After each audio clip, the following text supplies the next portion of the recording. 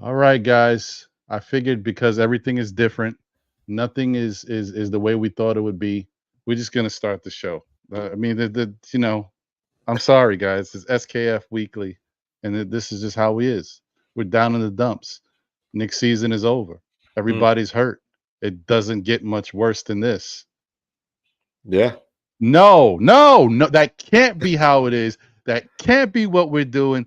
This is SKF Weekly. We got to keep the same spirits because we are still Knick fans, y'all. Do not stop believing. This team's got more fight in them for next year. We will be right back here, kicking Indiana's butt or whoever else is out there. So, that being said, John, I am going to come back to you. I'm not going to do this. We're going to go back to our normally scheduled programming. Ready? Let's go. Say go, New York, go, New York, go. Say go, New York, go, New York, go. Say go, New York, go, new team, it's the same dream. New Knicks City uniform, they stay clean. I just caught mine off of Fanatics in the garden with my hands in the air, we back at it.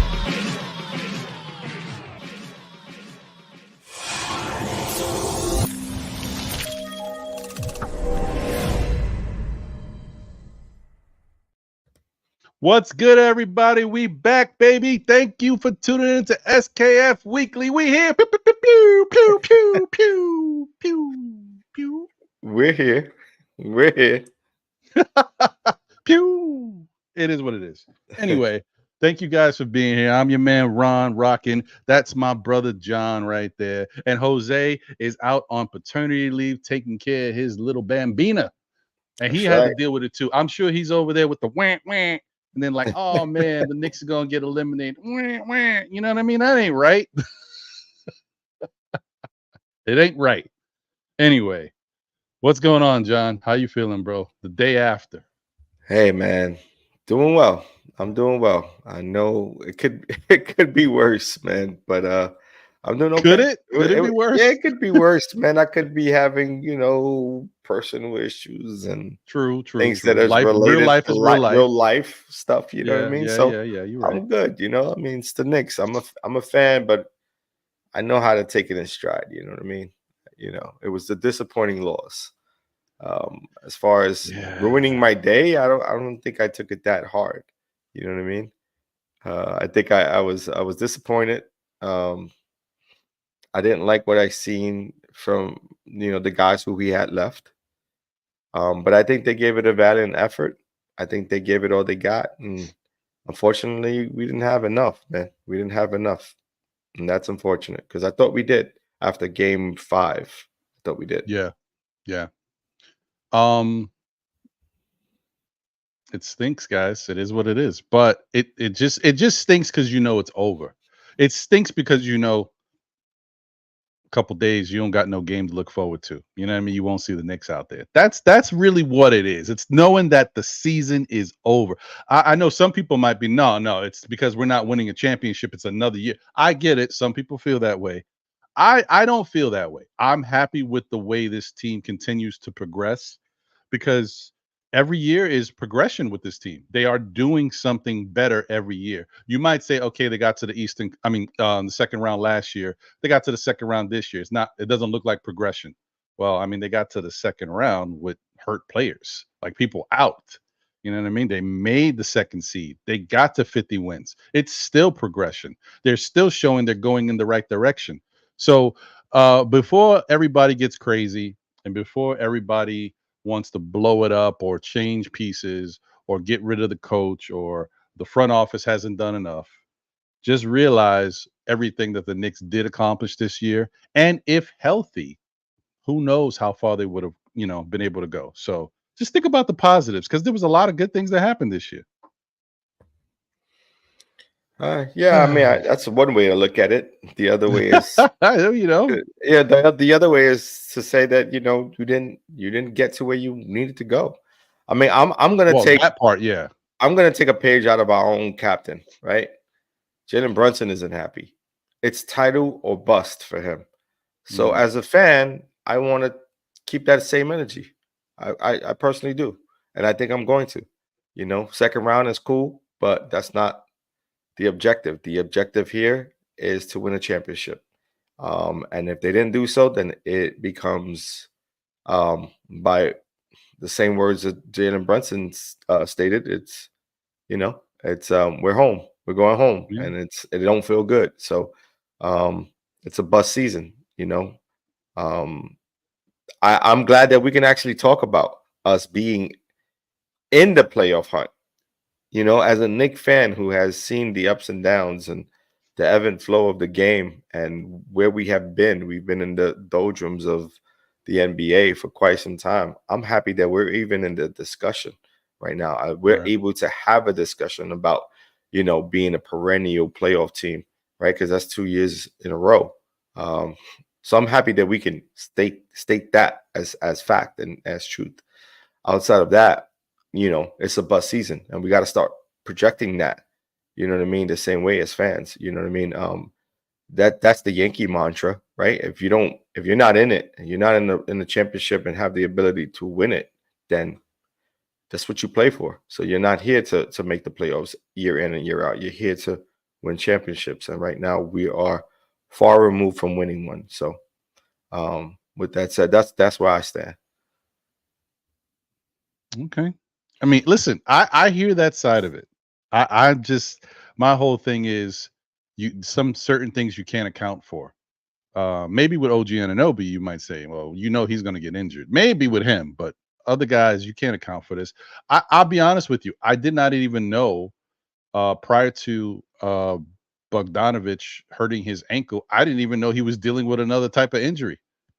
I had no clue. The Knicks, I mean, unless I'm bugging, I think the Knicks kept that on the wraps. So I didn't even know his wrist was hurt. I didn't know he came over with the hurt wrist. Mm-hmm. So I was kind of surprised. So I mean, and it shows his stones and metal to play with that injury, and it maybe kind of opens our eyes to, you know, why he was playing the way he was playing, and we weren't getting more out of him. So, but look, at the end of the day, every team is going to run through their, you know, set of injuries, and, you know, 9 times out of 10 is going to be the team that's most healthy, that has the ability to win a championship, depending on the year. But it really is about what team is gelling at the right time. You know, what Right. team has put all the pieces together and see that those pieces gelling at the right time. So, can we be that team? Absolutely. I just think, you know, we're a few years removed. You know what I mean? I didn't think we were going to be a championship contender this year. But like I said, I'm going to take a page from the captain. The captain's telling us that it's a bust season. Oh no, And I agree with that. I agree. so, I do yeah. think it's a bust. Right. I just don't want the Knicks fans to think that we got to go like what do you call that? Ape Headhunting? shit. No, Ape shit. like you know when you got to go get like all the stars now. I mean, You know what I mean? that we live in that world, man. It's New York. You know, we've chased a big dream. That's really what it's about. It's about bringing a worked. big name here. It just, you know, it hasn't worked. Sometimes it works, sometimes it don't.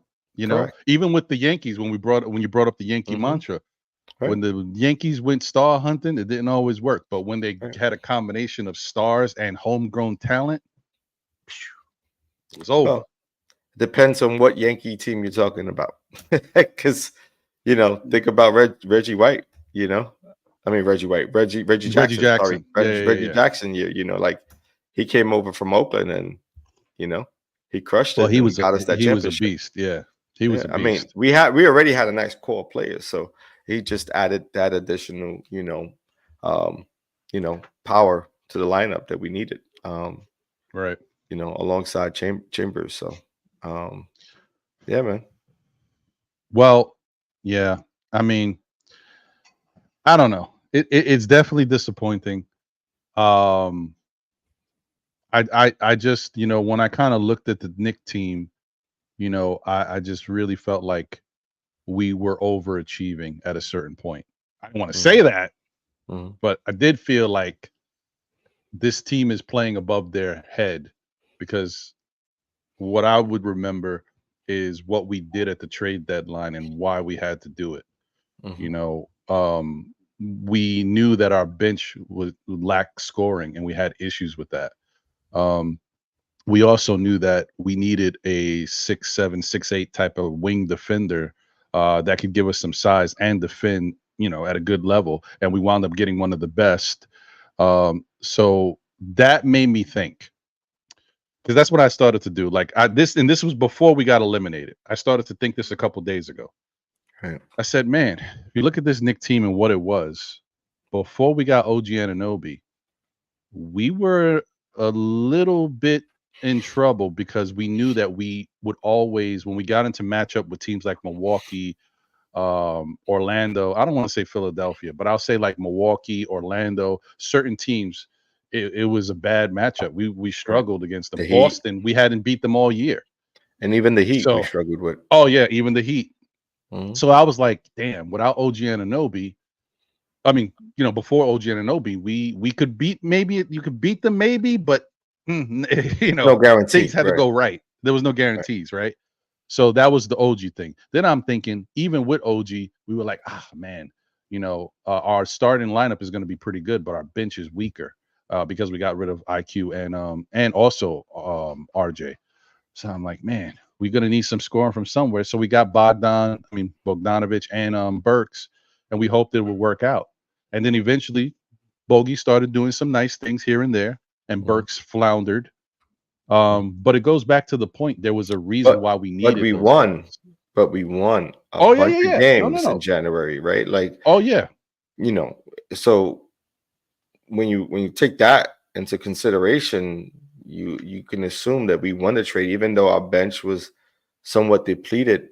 Guys like Deuce stepped up, right? Precious Achua stepped up and, you know, solidified the bench. Even Agreed. with Bogey at times, you know, not all the time, but at times he had solid games. So, you know, I didn't want to take you away from your thought, but oh no. That Okay, actually do that. played into my thought. That's what I was Okay. saying. I wasn't talking about the benefits of the actual trades and what you know developed from it, because we got so much better and we went on Right. a run. I'm talking about the need for making the trade to begin with. So if you think that defensively you're not good enough because you don't have the size and enough defense, and then you think on your second you're not good enough because you don't have enough offense, you got to go get these guys. So then I started to think we're going into the playoffs, and now we don't have these guys. Well, we had Burks, but we weren't using him. So that's what made me think, damn, these Knicks are overachieving because they don't got the same things that they needed earlier in the season that they couldn't really, you know, make up for. So that's why I was like, in the back of my mind, I didn't say anything, but I was like, I don't know. yeah, I mean, I would say we overachieved after, you know, Randle went down and OG went down and Right. Mitchell Robinson was out with the injuries. I think and there was even a moment when Hartenstein went down where we had a ton of injuries, and I think we were overachieving throughout the season in certain parts of the season. And then even in the playoffs, because we didn't have Randle, we didn't have, OG for the later half of that game. So, you know, I mean, I just think that as a full-on team, we overachieved this season, and I think we got to the 50-point, you know, the record, I guess the 50-point wins total this year, based on effort and, you know, and grit. Right. That's really how we got there, Yeah. you know, and Tibbs playing his guys, because at the end of the day, if Tibbs doesn't play the guys he has available, I don't know if we see a 50-win season and we don't get the second seed. I don't think so. So, you know, that you got to take the good with the bad when it comes to that. Some people don't believe in playing your starters heavy minutes. I don't necessarily believe in it through the regular season.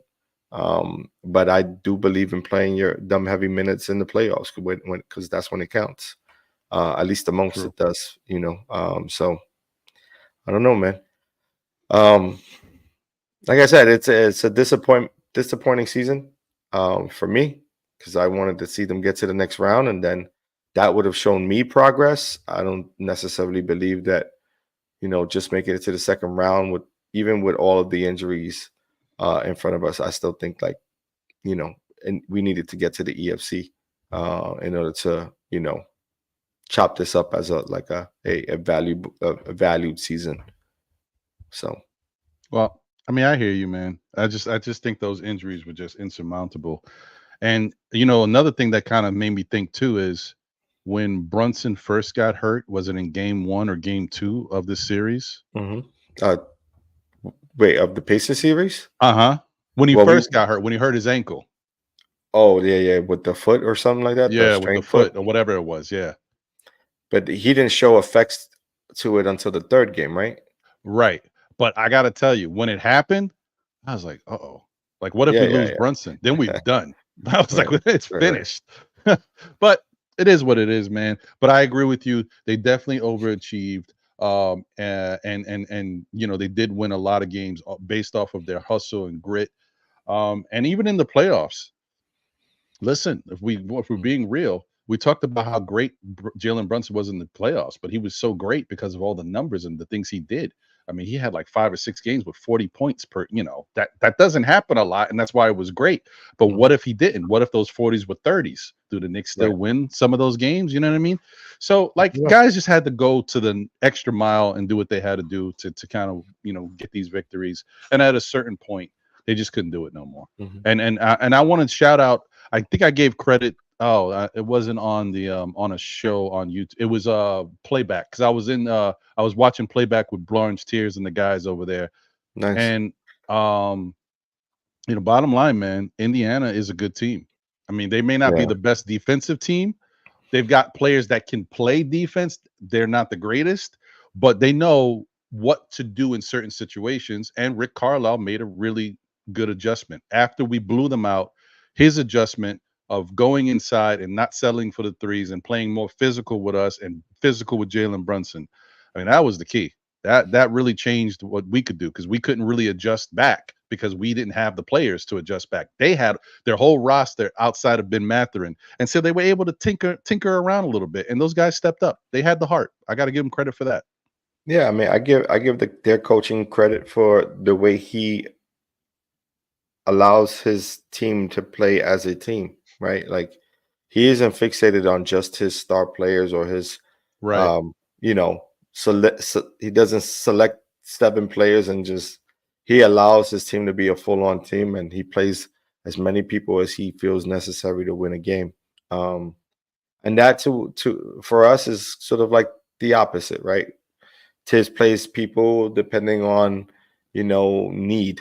If there's a need, he'll play him. In his eyes, if there's a need. But again, it's all about adopting talent. And I think the Pacers have done a great job of adopting enough talent to have a full-on roster. I don't think there was a weak link. I mean, you could say there were some weak links. We didn't take advantage of those weak links. In fact, they took advantage of ours. And that's what a good coach team will do. I felt like coming out in the 7th game we came out last days ago, I don't think we put in the effort to start the game. I think we relied too heavily on Brunson to create his own shot. Even in the beginning, we were behind the shot clock. OG was shooting shots and he was hobbled, and he had the ball in his hands with, seconds remaining on the shot clock. And, it was his fate to knock him down. He knocked down the shots that he shot, but we weren't getting good shots to even to start the game.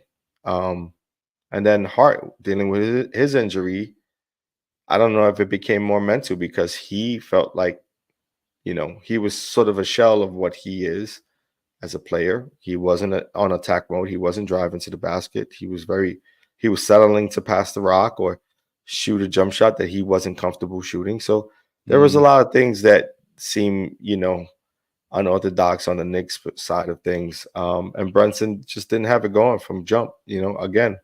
And that's like the 3rd game. What the toughest part about this series is that we had multiple opportunities to get past the Pacers, and we didn't. Right? We had game 3, right? We had an opportunity. Then you look at after game 5, you have 2 chances to get the win, and you come up empty. You know what I mean? So I don't know. People ain't gonna like this, but there may be something to be said about what Draymond is saying about, it's not what it really is. You know what I mean? When it comes to this Knicks team right now, maybe we're not the roster that that we can rely on. Maybe it is a fluke. Maybe we had the timing and the connection of this timing at the right time. It worked out the way it needed to work out, but I don't know. I don't know if Hartenstein needs the bag. I don't know if OG gets the bag. I don't personally think either of them deserve a bag specifically. You got to come up big in big game situations, and they didn't. One was hurt. The other tried his hardest, played good, but got outplayed. You deserve 24 mil? I don't know. I don't know. You play like a backup. Let's call it what it is. Hartenstein did not have a great game. Well, that is true. Hartenstein, he was very up and down throughout this series. He had one really good game, and that was the game that we blew them out. But all the other games have been, not the very greatest. Contained. They were contained. Not to say he played poorly, but he didn't dominate his matchup. And if you're asking to be signed and to be that high level player or max player, you have to show up in games like this. So another thing that I look at when I looked at the team and the injuries, unfortunately, it's going to seem like excuses to a lot of people because, it's the playoffs, guys get injured and people find a way to kind of make do. But it's who got injured. So like if Josh Hart got injured and we had, OG Anunoby and Julius Randle, I would expect us to make it to the ECF. Or if we lost Dante and we still kept Hart, he was healthy, and like Bogey and I don't know, Deuce was hurt, I still would think the Knicks could get to the ECF. It's the guys who actually got hurt when that this team is not built with a bunch of star players. The certain guys that we do depend on, especially after the trade. After the trade we made when we got rid of RJ, this team became a Jalen, Brunson, Julius Randle team. It was a 1-2 punch, ISO between both of them.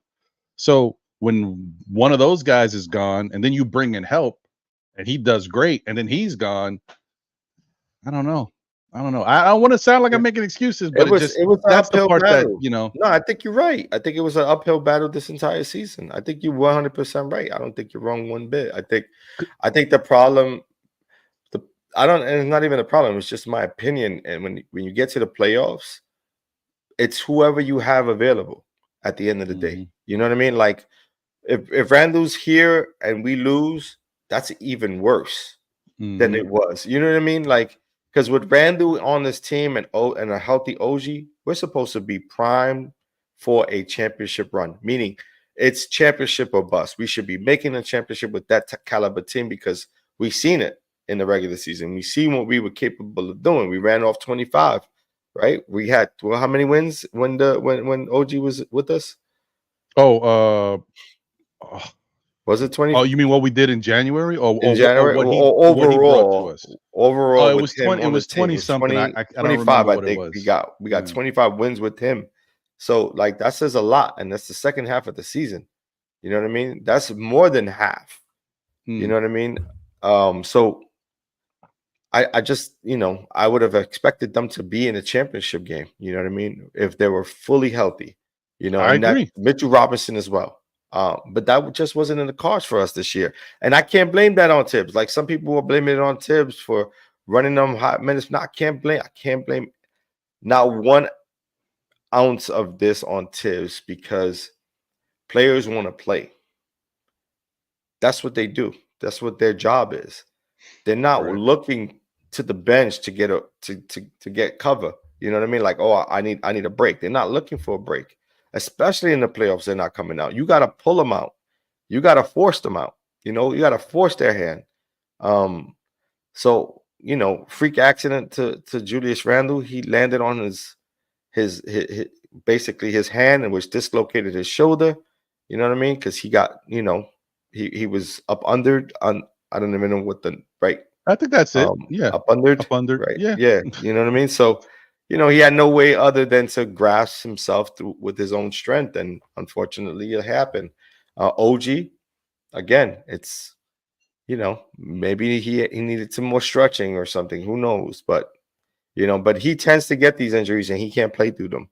So that's another thing to think about when he's talking about getting paid this offseason. Like, I don't know. You know what I mean? Who else? Mitch Robinson's always hurt too. He's just but another. I mean, when you're talking about Tibbs's fault, I mean that injury wasn't Tibbs's fault either. I mean, that one also took him out of there, bro. But he was even hobbled even in the game. Like in the game, he wasn't running 100% either. No, but that's because Joel Embiid took him out of there. John, he single-handedly took him out. He took two plays, twice. But he took him out because the one where he pulled his ankle down, he was walking ginger after that, and then later he fell on the ankle and really he was done. Yeah, I just think like he also came back and wasn't like his normal, like what we've seen in the past. You know what I mean? Like he was always like. It almost seemed like he was sort of like questioning whether he can land on it. You know what I mean? Not like putting 100% confidence in that he would be okay. You know what I mean? And sometimes when you do that, you overcompensate, or you know what I mean? Things will happen. So I don't know, man. I think the Knicks overachieved to a certain degree. Like I said, like we had backup players playing heavy minutes, and they did what they can do. But again, there's no excuses. You got beat by a team who you knew coming into it you had an opportunity to beat, because we did. We were up 2-0, potentially had the third game in our pockets, and we gave it back away. Game 5 took command again, and then we lost 2 in a row. Like it's just nothing to be said. It's a disappointment. Yeah. Well, listen, this is another thing that I was thinking about that I wanted to say to my fellow Knicks fans, but more importantly, I wanted to say it to the haters out there that kind of just want to take things at face value and make fun. I saw a lot of different stupid stuff this morning with the Knicks being out of it. We're gonna have a lot of that. Some dumb memes and all this dumbness. But the bottom line is, when people start talking about injuries, you step up, whatever. If your team is built the right way, you can overcome these things and you can just do what you got to do and all this stuff. Okay, yeah, maybe that's the case. How many teams are like that, right? Minnesota. Let's look at the teams that are in it right now. Indiana has one major injury, which has been Mathurin, who was, they're a young team, but he was a good part of that team. All right, but they had one. But they were able to do what they had to do because they have all the players that create mismatches. And their ball movement is supreme. Their shooting is great, especially when they get hot. It's fantastic. Their ball handling was on point too. That too. But I was so impressed with their ball movement, bro. I think that was given because the Knicks are a switching team, and they were putting the Knicks in positions all over. It was crazy. Yeah. But okay, so they're still in it. They're going to play Boston. Boston to me is still the best team in the league until someone shows me otherwise, like until they, Boston won their last series 4-1. Boston is to me still the best team until somebody knocks them out, and maybe the West will. I don't know. Right. All right. Then you got Minnesota, who looks really good. They got a combination of young and veteran. They've got maybe what tends to be the next superstar in the league. And they just knocked out the champions, so they have to be. Yeah. So but I will say that team is pretty much healthy as well. All their key players are healthy, right? Then you got Dallas, and Dallas made some great acquisitions during the trade deadline. They really improved that team. So now the combination of Luka and Kyrie, they've learned how to work together, and so those complementary pieces around them fit perfectly. But all those guys are healthy. Like their core pieces are healthy once again. So the reason why I bring that up is because when you think about teams and getting over health, and when it happens to key pivotal pieces, the Miami Heat, Tyler Hero is a pretty good player. That young kid that they got, I forgot his name, the one that basically injured Julius with the Jaime. Jaime, he's pretty good. Bam Adebayo, you know what he is, right? They still got the other guy, Duncan Robinson. They still got a couple other pieces that fit that style of play that they got, and they're well coached. They lost Jimmy Butler. What happened to them? They got knocked out, right? Milwaukee Bucks, they lost Giannis. That was already an uphill battle. Then Dame only played 2 games in that final series. Wasn't enough. They got knocked out. So when it comes to injuries and injuries to key players, sometimes you just can't overcome it. It's only going to take you so long. You can kind of get through certain. That's why it's the NBA playoffs. You know what I mean? Each round is supposed to get a little bit. The competition is supposed to get better, and that's it. That's what it is. So that's what I had to say. I was just thinking about that, and I'm like, yeah, it's not just the Knicks. You think it's all most of the team. Pelicans. How upset you think Milwaukee is that they got knocked out when they got knocked out in the first round 2 years in a row? Extremely upset. But then you look at the Pelicans and how Zion was playing against the Lakers. He looked dominant, and then he's out. Crucial time in the series, and the team doesn't look the same when you ain't got your star player. You know what I mean? And when you don't have the options of having a go-to guy, and this is again what we fall in. That's the kind of trap we fell into, right? Like, I got to give credit what credit's due. DiVincenzo stepped up in that last game. Burke stepped up in that. But again, if you don't have a player on your team who's going to be able to request the defense to trap you, or is it like if the other opposing team is going to put 2 on a body, then you're pretty much fighting an uphill battle. Right. And basically they threw everything they had at Brunson and let everybody else beat you. That's what they did. And we couldn't beat them with everybody else. We needed Brunson to score 40. And that's basically proof in the pudding. Like every time he scored 40, we won the game. If he scored under 40, we lost. Right. That's good point. Good point. Just how it shaped out. You know what I'm saying? So I just, it's just the cards that we were dealt this time around. Did we have a good enough season? I think we had a very decent season. I think we was a solid season. We had great memories, I think, is what we built from this season. Great memories. Knicks fandom, you know what I mean? We had great memories, but Brunson said it himself. It's a bust. We ain't in the chip. It's a bust. And I'm going to take his words. I'm not taking those words lightly. I'm following his footsteps right there. I hear. So. And listen, that's what you want to hear from your leader. Absolutely. That's the difference. We haven't had that. Since Derek Jeter. You want. So, like, that's the only other captain who would have said something in that same vein, right? Everyone else is not talking in that same vein. We haven't had any other leaders like that. So, shout out to the chat. Appreciate all you guys. Real quick, big task at hand. Salute to you, my brother. I hope you're doing well. He said, "Good evening, Ron. I took the loss very hard and still feel sad about it. Yeah, it's tough. It sucks. It stinks. It stinks. Nobody wants to lose, especially when you have a chance to win. When you were up 2-0 in the series. And honestly, if you really look at this series, after game 3, we were finished. Game 3 swung the momentum. We had a chance to knock them out, and they won the game because we didn't execute properly down the stretch. Turnovers and missed free throws were the demise of this Knicks team. That third game set everything. So it's a good point. Thugga says, "Yo, Tibbs is trash." Salute to you, Thugga. Okay. Jay from PR, what's going on? Good to see you, my brother. Andios in the building. Salute. What's good, my brother? Appreciate you. We also got Kerry Cox in the building. Salute. I did say Jay from PR. Cool. Danny Landis is in the building. Salute, Danny. Brooklyn Buddha is here. Salute.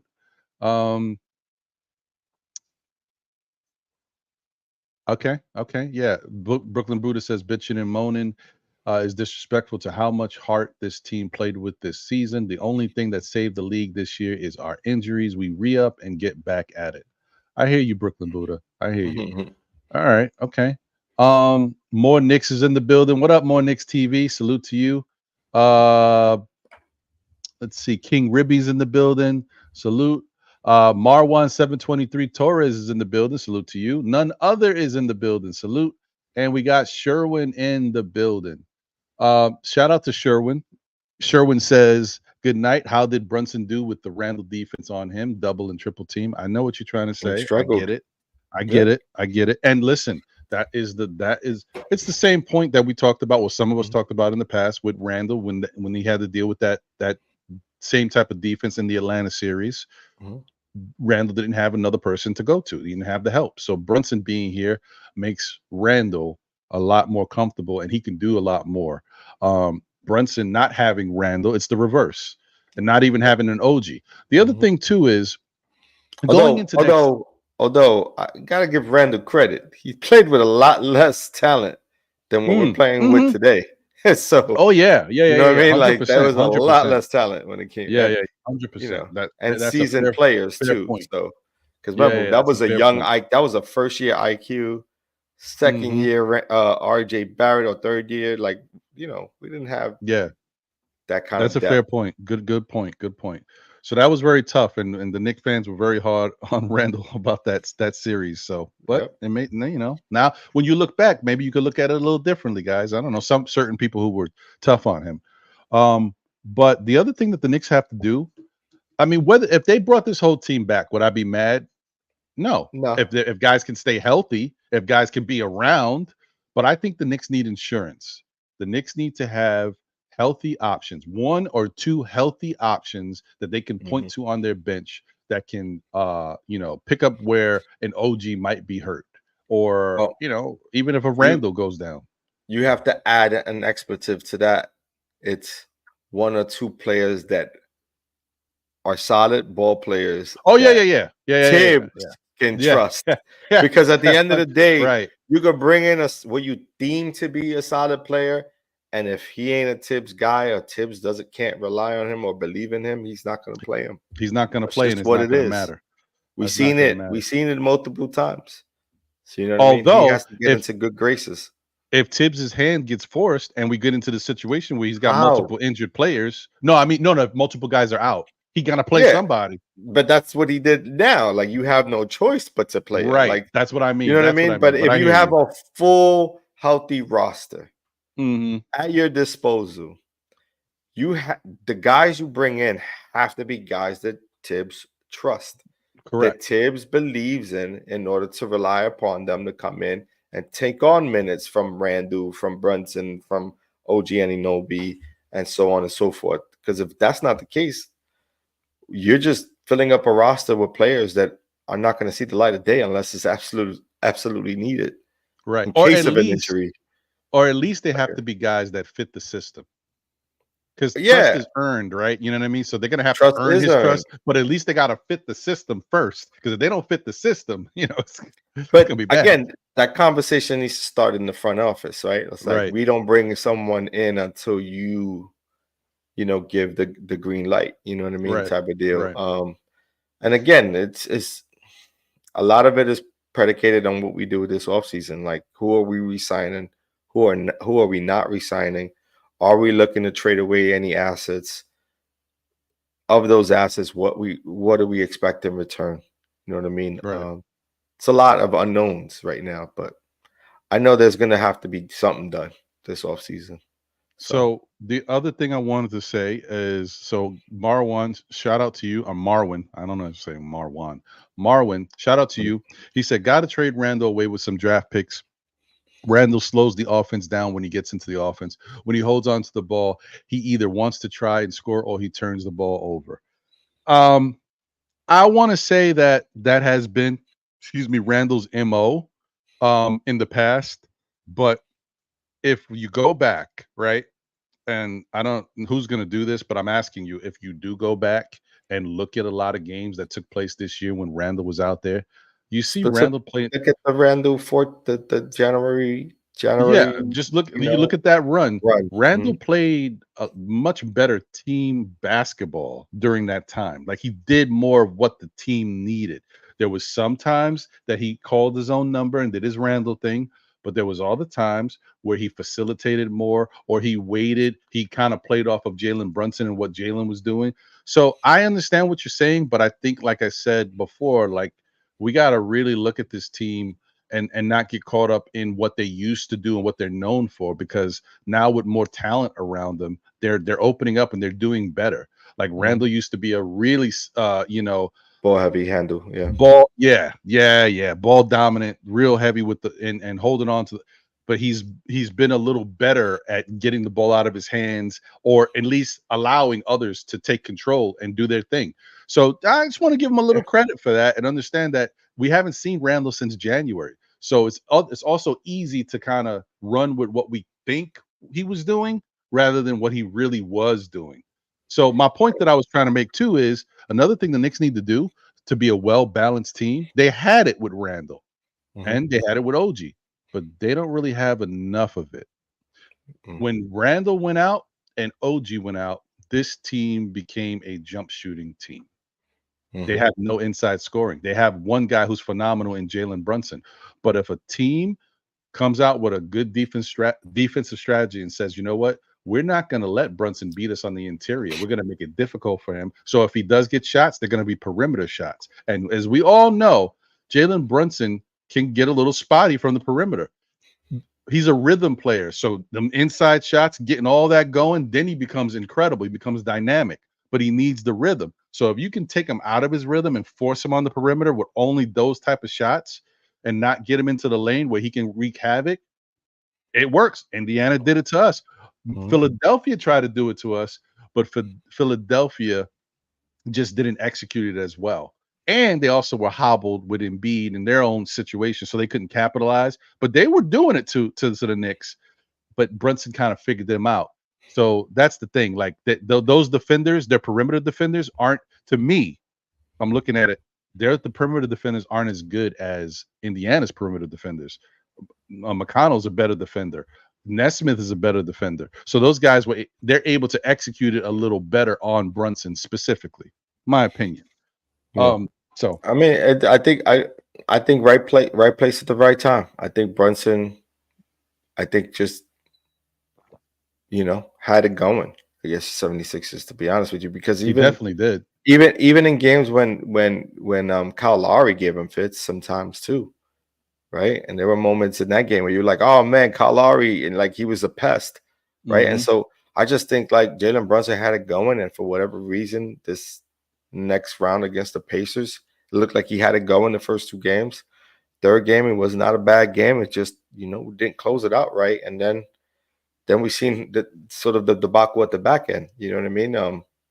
I just don't know. I mean, sometimes players are going to go through hot streaks, and I think Brunson hit his hot streak, and made the best of it against the 76ers and parts against the, couple of games against the Pacers. I don't know. I mean, at some point, you're going to need a double threat, right? You're going to need somebody to help you out. And I don't know if Brunson heavily relied upon his teammates, right? There were moments in that game yesterday, where I seen him forcing up a shot when he could kick out to, someone in the wing, like trusting your players more. And I think that happened directly after, like, I think Deuce missed two. Deuce missed two open shots, and it almost seemed like Brunson said, you know what, it's time for me to try to get going. And then it was a spiral effect. You can't, basketball is a game of runs, and you got to be able to withstand a run, and they weren't able to do so. And then the second half, we brought it down to 6, and then it came back to a costly turnover, but, I think that narrative about Randle is sort of like misleading, because Randle himself this season had handed off the reins to the leadership to Brunson, and was okay being the secondary scorer in the starting unit. He would usually get the second touch versus Randle, versus getting the first, touch of the ball like he used to. So I think that narrative has shifted. I just think that, people don't want to see Randle because of all the mistakes he's done in the past. And I think Randle should be forgiven for that, because I think he's a solid ball player. I think he's the kind of ball players we want on this team. Someone who's, you know what I mean? His focus is primarily the team and the game, winning games. and then he doesn't do anything outside of winning games and going home to his family. And I think that's what we need here. We don't need guys going out and enjoying street life, or you know what I mean. Like we don't need that. Right. And I think he's been the I don't know what the word is. Consummate professional. Consummate Yeah, like, professional, right? You know Yeah. what I mean. And I think he should be given credit for starting this off. You know, because he's the first domino. You know, he's the first domino that stood tall and allow for Jalen Brunson to be that second, to come on in with Hart and DiVincenzo and the rest of the guys. You know what I mean. And I think right. you know, we're building a foundation of players here who want to be here. And I think that's the biggest thing that we have to lean on, you know, and hopefully we do more in this offseason. Yeah, I agree. And shout out to Jay from PR. Now, when you say Randle didn't have 40-point game, do you mean like in the playoffs ever, or you just mean he like meant in the series against the Hawks? Oh. Yeah, because I got you. the relationship was with Sherwin saying, I got you. Okay, yeah, I see what you're saying, Jay. Yeah, but you know, in that situation, like different. That was like to John's point, that was a different basketball team. We were not as good as we are now, and offensively, that wasn't really an offensive team. That was a heavy defensive team. Yeah, we did a really good job of that. Was like our skill. That you talk about a one-trick pony. We were defensive. Right. So yeah, so it was different, man. But you know, he definitely has continued to work well with these guys that we have. Now, going back to the other thing is another reason why I think we need to make some moves with regards to having an inside presence. When you look at it, you only got 3 guys. Like I said, Julius Randle is our biggest inside presence as far as force. Funny enough, Jalen Brunson is probably our best inside presence because he shoots almost 49-50% in the paint. So that's crazy. And then you got OG Anunoby, who's also a pretty good interior player. But without having 2 of those 3, you are limited. You take Brunson out of the game, and then, you know, shout out to my boy. He was telling me, well, why didn't they go to Dante DiVincenzo more and allow him to get inside? Because Dante DiVincenzo's game is not built off of that. He is a perimeter scorer. Now, the difference is, does he have ability to get inside and do something with it? Yes, but that's not his game. That's not his game. We've even watched early in the season, Dante missed tons of layups inside, like just bat out of hell. So that's just not his game. You know what I mean? So the Knicks need to do something with regards to making themselves a better, well-rounded team to combat other teams that try to stop them from what they like to do. You double team Brunson and you don't have a Julius or an OG, you got somebody else who can take the ball inside and get easy baskets. We need easy 2s to keep, you know, you don't want to go one and done or keep missing series of scoring points while the other team is still getting shots up. Stuff like that. Ron, question for you. What were the reasons for our 14-1 start when we brought over OG? What were those 14-2 reasons? Or 14-2? What were those key reasons for you? Reasons for that run in your eyes with the team? From what I saw, the team gelled and believed in themselves, and everybody kind of, you know, understood their role. Like, and plus at that time, I think everybody on the team kind of said, you know what, this is Jalen Brunson's team, and let's play off of Jalen. So if Jalen's got it going, let him cook. We'll support him. If he gets double teamed or whatever, we'll find our spots and we'll do what we need to pick up the slack. And that is evident by how Julius Randle played.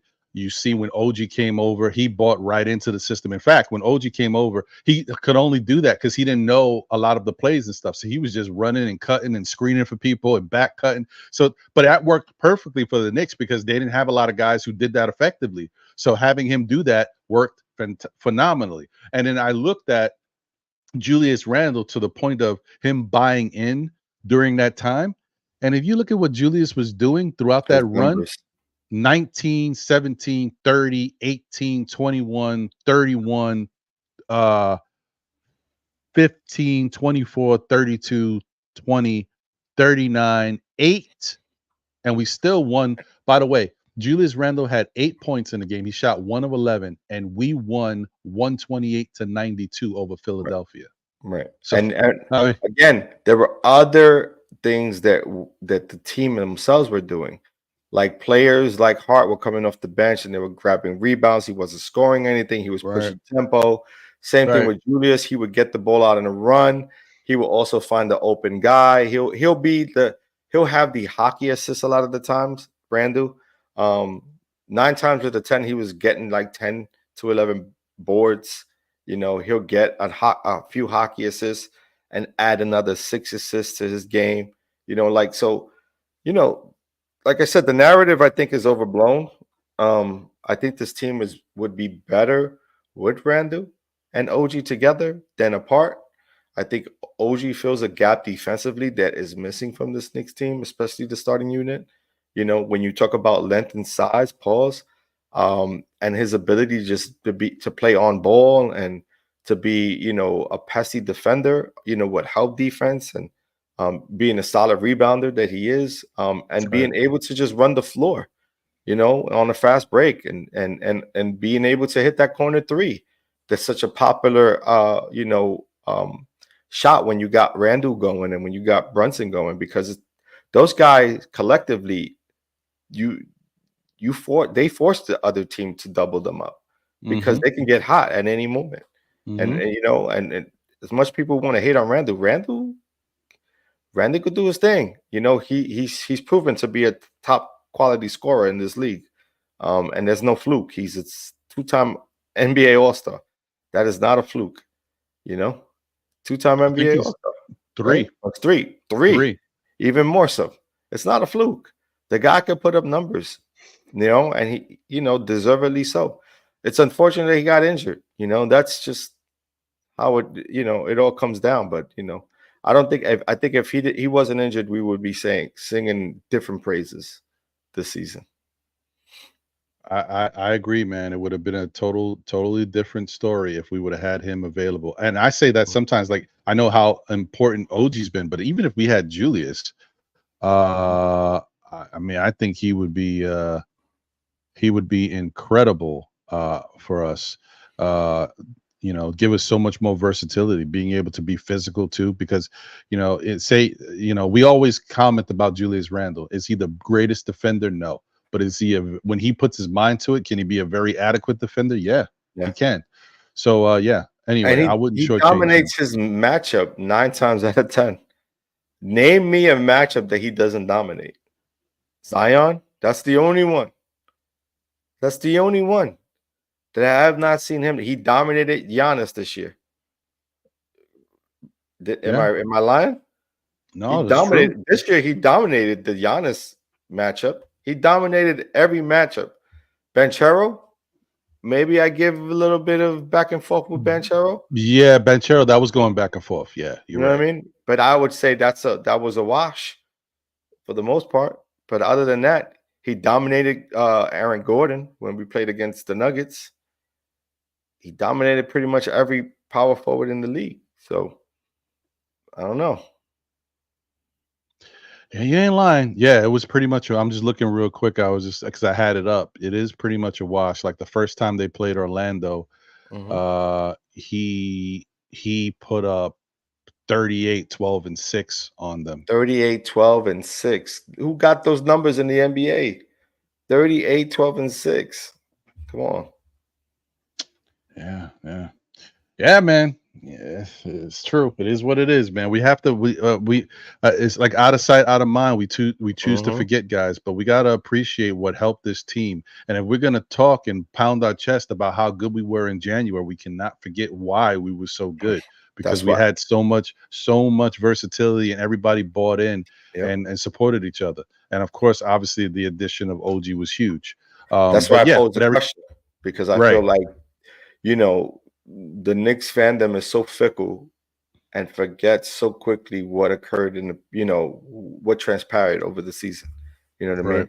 And I know I am the first to say that it's a disappointment to not see them move to the EFC.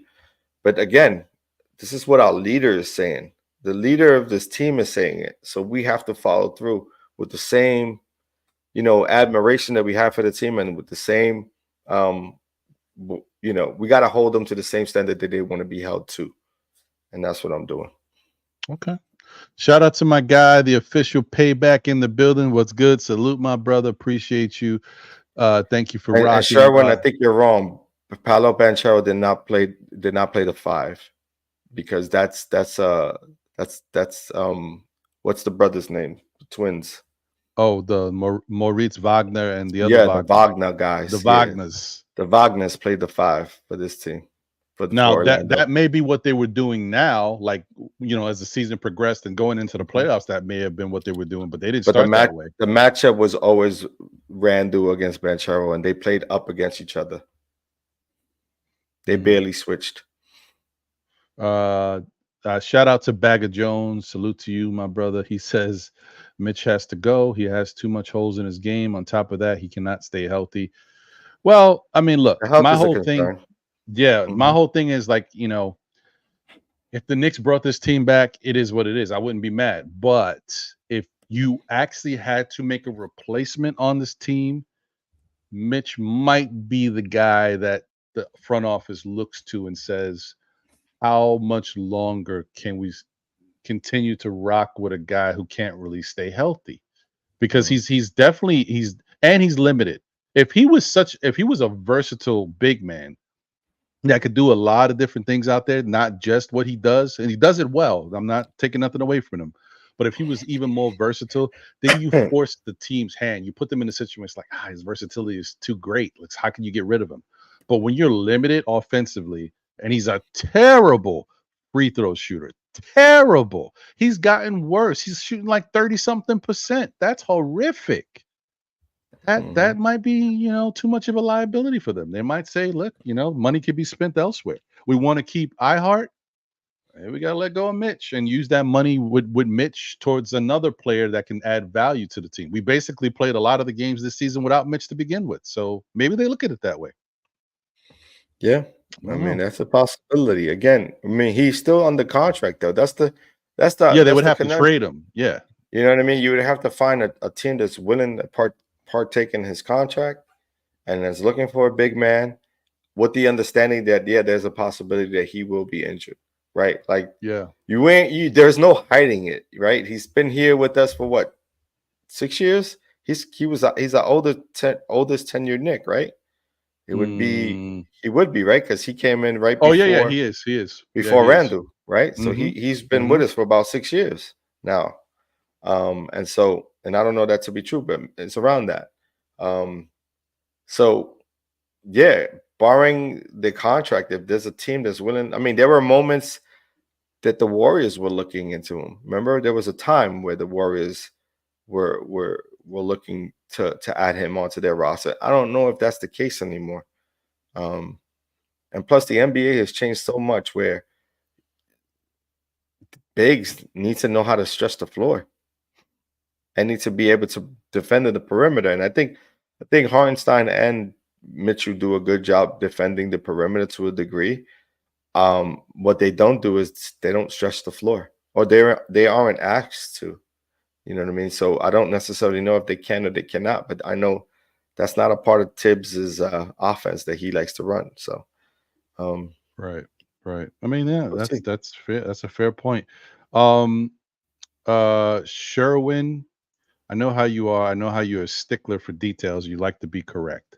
So I would say, because I know you said that you watched the game and he was playing. Go look at, because remember, for this series against Orlando, Randle only played 2 games because he got hurt in January. They had only played them twice. Go look at those first 2 games. You will see that Banchero played the 4. Bitadze played the center. He played 30 minutes in both games. Yep. So go check that. And like I said, they may have changed how they use Banchero going forward. But when the Knicks played him with Randle, he was the power forward. Yeah, but that's who he was matched up against on the defensive side. So it's who you match up against. You know, now Randle's, wasn't, guarding, Banchero. I would say that, you're right, but Randle was on Banchero the entire night. And I believe it was the same in the reverse. Yeah. Okay. Well, you know what, guys? Being that the season is, it is concluded, we got the final post game from our guy. So I guess you guys know what that means. That's right. It's time for juicy tidbits. You got it. And now it's time for juicy tidbits.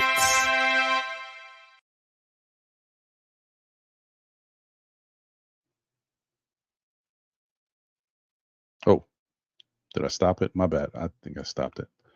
I have to do this again, guys. For whatever reason, it doesn't interact well with when you use something that's included in the program. I will have to remove it and add it to the stage. Okay, I got to remove it altogether. Man, it's so tricky. Give me 1 second, guys. 2 seconds. Hey, Ron, play it full screen when we play it. Yeah. Some water. Yeah. There we go. Here we go. We get into that. Just congratulations to the Pacers, their organization, Rick, his staff, and all their players. They played a great series, so congratulations to them. Coach, obviously you were at a disadvantage, shorthanded, but you were never able to find your defensive footing today. What do you attribute that to? Yeah, we started slow, and they're a good offensive team. We made a run. I thought the end of the second we played pretty good. We got some activity going. Then we made a run in the third, and then we fell short. We just, I thought guys gave everything they had, and that's all you could ask. And so it was a battle all year, and there was nothing left to give at the end. You know when Jalen broke his hand? I don't know exactly. How tough is it for his season to end like that? Yeah, just, it's unfortunate. You hate to see all the injuries, and, Josh and OG just to try to give us whatever they had, it says a lot about them. And then, it was hit after hit. That's part of it. And the guys responded all year long. So, I'm disappointed in the sense that we're not going to play anymore. But I thought they were a great group to be around, and they gave everything they had. Obviously, when you look at the players that have been hurt, do you look at this as a success? Even though you guys lost tonight, that you're not going to fight and get this far? Yeah, the thing that you, as a coach, you always measure, okay, what does the group have, and are we getting everything out of the group? And the only thing you could ask for is everyone puts forth their best effort. And we got that all year from these guys. So, and I think what goes along with that is peace of mind and knowing that you did your best. And so that's all you could ask for. And a lot of teams, I think, would have folded. They didn't. Like, we took the hit with Mitch, and then, then you add in Julius and OG, your starting front line, and then Bogey goes out. So and it was hit after hit, but these guys never folded. They kept fighting. And so that's all you could ask for. So that was Juicy Tidbits with Coach Tom Thibodeau, his final press conference of the playoffs against Indiana in the Game 7 elimination. Notice how he said a lot of teams would have folded, and they didn't. So, once again, it goes back to Knicks playing, really hard and next man up mentality and overachieving. And, for that, we should be proud of them. The season on the whole, like LeJohn was saying, is a disappointment and not where we wanted it to be. And they've got to do better next year. So, but that's what it was. That's what it was. Yeah. So yeah. Any thoughts around what we do this offseason? So shout out to Jigga Man Portal. What's good, fam? Good to see you. Please support, Knicks Morning Brew or Morning Brew Sports and everything they got going on. You're going to see a little less Morning Brew Knicks Morning Brew because the Knicks are but there's going to be a bunch of other programming that they're going to be rocking with. And I think they're doing something special this Friday as well. So shout out to them. Right. And shout out to Bricks Nation. I see you, Bricks. It's good to see you, bro. Thank you for being here and rocking with us. I think that, listen, all of a sudden this stuff is starting to happen and unfold. Apparently, the guys talked about it earlier today on Morning Brew, how, the rumors are coming out. I mean, God, Oh yeah, like it just takes a day. yo, man, these It's a day, bro. oh man, It's Damn. that quick, man. It's that quick. jeez, it's tough. It's tough. Like the body ain't cold. What are we doing, man? Mhm. Come on. Fact. That is a fact. Yeah. So, yeah. Okay. All right. Then Sherwin don't let that go. Yeah, I know Randall played Orlando on December 30th and January 15th. I said that. I said Those are the 2 games. that's what I said. I don't know. What do you mean? But okay, whatever. Anyway, I think that if it's real and it's true, then I don't know how it would work, but the Knicks need to look hard and heavy at figuring out how to bring in Mikal Bridges. Because if the Nets are really trying to move him or willing to listen to offers, then the Knicks find themselves in that thing. The reason why I say that is because I think the asking price for Mikal Bridges is too high. It's ridiculous what the Nets thought they were going to get. Oh, yeah. for him. So the issue is you don't want to give up that much for him because he's not worth it. He's a good player, but he's not worth what they're asking. And the other thing is you don't want to then be on the outside looking in when they realize they're not going to get what they're asking for. And then you're like, what? He got traded where for what? And you're like, the Knicks could have. You don't want that either. So the Knicks need to be in the talks. That's the thing, though. Being in Brooklyn, we're always going to get the worst end of it. True. You know what I mean? Like, because you're going to use the Knicks as that team to sort of up the ante. You know what I mean? Because they understand that the only one way that Mikal Bridges can come to the Knicks is that we overpay. And once we decide not to overpay, is when another team could come in right on in and sweep in and take him on for less, because they'll be willing to trade with a different team that's not in their division and not in their market. You know what I mean? So then they'll take it at face value. Where with the Knicks, we're just gonna pay for the high rent of being in Manhattan. You know what I mean? Like, it's just what it is. The whole thing is like if and shout out to Jay from PR. He says no price would be too high. I mean, look, maybe that's the case. Maybe he's the move you have to make if it's available to you. But if you do that, understand that even though no price may be too high, it is too high because you got to figure out a way to make it work money wise. And that's going to mean if you bring in Mikal Bridges, somebody's out of here, right? Not just the people that are in the trade. You probably can't bring back Hartenstein, right? There's no need for you to say, well, we can trade Mitch. Brooklyn don't want Mitch. They got Claxton over there. Claxton's and they got thing. Yeah, exactly. They got Claxton over there, right? So yeah, I mean, they're in the situation where I don't know what we would do. So then we wind up we would have to trade Bogdanovich in the trade to, money wise, because that's why he's here. That's why that was and then they have to get rid of some other stuff. Maybe Deuce would have to go. They'd have to figure out a way to do it. It would not just be picks. It would be some assets too. And you have to make room for his contract. He's not making a ton of money, but he's making 20+ million at least. So you'd have to figure out how to do all that. And then what are you left with? I'm not mad at it. It changes the dynamic of your team. You're going to be a small team going forward. But if you're small, and I couldn't even imagine. I don't know. Teams like Milwaukee and the 76ers, because they're coming back with a full squad. You know what I mean? Like, they're not coming back diminishing from what they already have. I mean, but hey, listen, if you can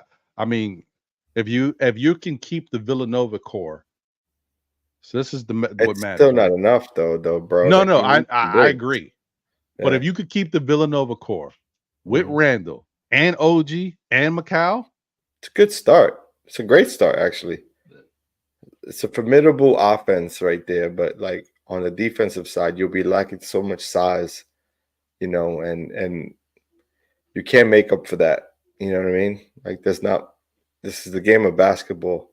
When you got a big that dominates the paint, that could dominate on the defensive side of the ball.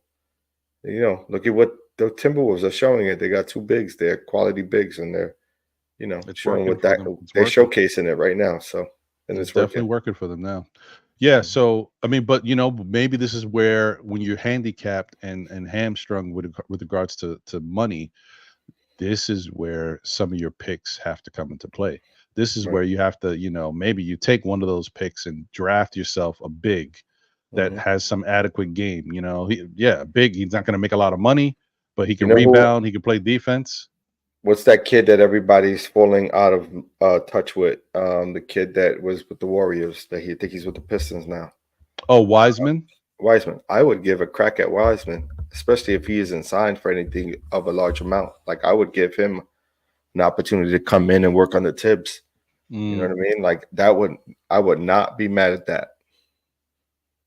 That is a way to. I mean, that's a way that you do things. You find somebody who's not making a lot of money, bring them in just for the body, just for the size. And the But the Knicks talent.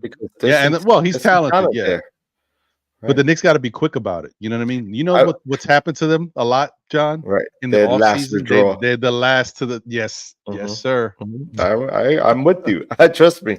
I see it too. You know who's another player who is in Brunson's draft class, former first-round draft pick, who's now playing overseas? Do you know what I'm talking about? Big man. Oh, DeMarcus Cousins? No, he was way before. Okay, he was before Brunson's draft class. Damn. So I can't remember the kid's name. He was who did he get drafted by? I'm gonna find his name real quick. Give me 2 seconds. All right. Sherwin said Cody Williams will be better than Bridges. I mean, okay. I don't know what Cody Williams is projected at draft wise. Keep in mind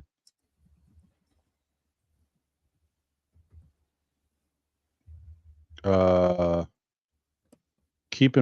I don't think that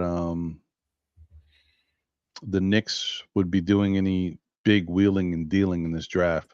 Not a lot of people are statisticians, analysts, prognosticators, whatever you want to call them, are big on this draft. They're not loving this draft. So I don't know what the Knicks would necessarily do. I mean, it's I know. See, so Sherwin, you're thinking they should trade up in the draft, but I just don't know if they would do that. I don't know. Like,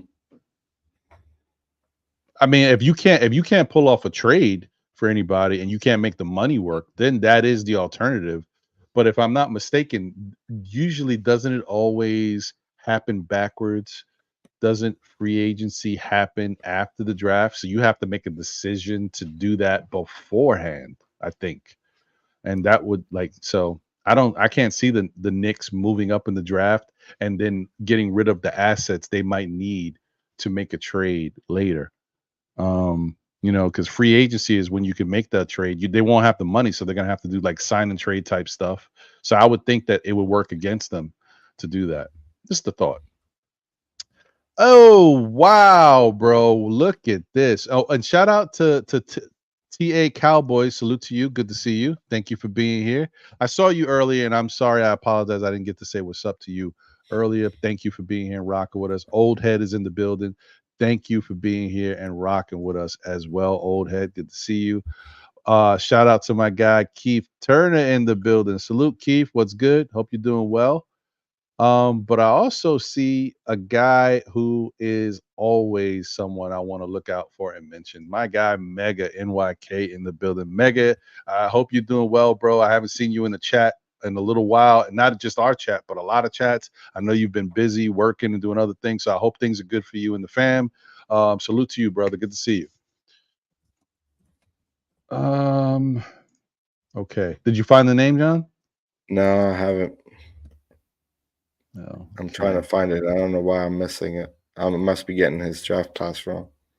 Oh, okay. But I thought he was I thought he played in a high school game against Brunson during their run. Oh, okay. All right. Maybe you're right. Shout out to 713 Gamer. What up? Fliga D, my guy. Salute to you. Hope you're doing well, my brother. Good to see you. Alberto Ramos in the building. Salute to you, bro. Hope you're doing well. Yeah, man. You know, it's one of them things, guys. We going through it right now because it's still fresh, but we'll be okay. We'll be okay. I got to tell you, I'm not going to be that guy, but I'm going to be that guy. So Wednesday when the series starts, don't expect Ron's watching. I'm like, I'm done. That's hilarious. I don't know. You have no interest in watching the rest of it? I don't care to see Indiana versus funny. Boston. I don't care. I'm like that, man. It'd be tough. And the worst thing is, I think fans should love me because every time I choose not to watch the playoffs are incredible. So I'm gonna bring you guys some good basketball. I got his name, Jaleel Okafor. Damn it! Look at Alfred Griffin said it too. Jaleel Okafor. How'd you know that, man? Damn, that's crazy. Think about it. He's 28 years old. He's playing overseas. You don't actually need him to start, but to bring him in, if you're moving on from, one of the two, right? Mm-hmm. Bring this kid in. Like there's talent there. Again, Wiseman is another option. Bringing guy in with that sort of talent. You never know what you could do with that, And then if Mitchell is a tradable asset, then you think about it. You think about it. I'm not saying you do it. I'm saying you think about it. You don't take it off the table. That's not bad. That's not a bad idea because you know what? There was a time in recent times where Jaleel Okafor had to go overseas because his style of basketball wasn't what the NBA was trending towards. Mm-hmm. But as we know, the NBA is starting to trend back in favor of the big man again. Mm-hmm. So you don't have to be the most versatile, like run up down the floor big man. You can be a slow plodding big man in today's NBA and going forward because that's what they're trying to bring back. So a guy like Okafor, this might be the time to bring him back. But also, with the way that our offense is run, that doesn't shift. Oh yeah, and we're not a pace, high tempo offense anyway. So he fits our system. Yeah, correct. Although, he's like 6'10", he's not going to be a 7-footer there, but he's got the size to contend. Yeah. So yeah, and I like his mid-range game is on point. He knocks down free throws. That's already something positive. Okafor, Sherwin says Okafor plays zero defense. I mean, yeah. But if you keep Hartenstein, you know what I mean? If you I'm talking about Okafor would be your backup center, not starting. Right. And that see, I like that. I know it kind of stinks in a way. You guys are like, yeah, but he doesn't. But if he can add a value on the other side, you know what I mean? You take the good with the bad, like whatever. He's a solid rebounder. Yes, he's a good rebounder. In the low block. Really good in the low block. He can force a team to double because he's got a down low presence offensively. He's a good passer. Again, a good rebounder. Take what you get from him. You know what I mean? And a Tibbs coach team, he's not going to play heavy minutes, maybe 15 max. Yeah, I wouldn't mind. I wouldn't mind that. Jay from PR said, "What about Rokas?" I talked about this a little bit earlier today with Phil and the guys on Morning Brew.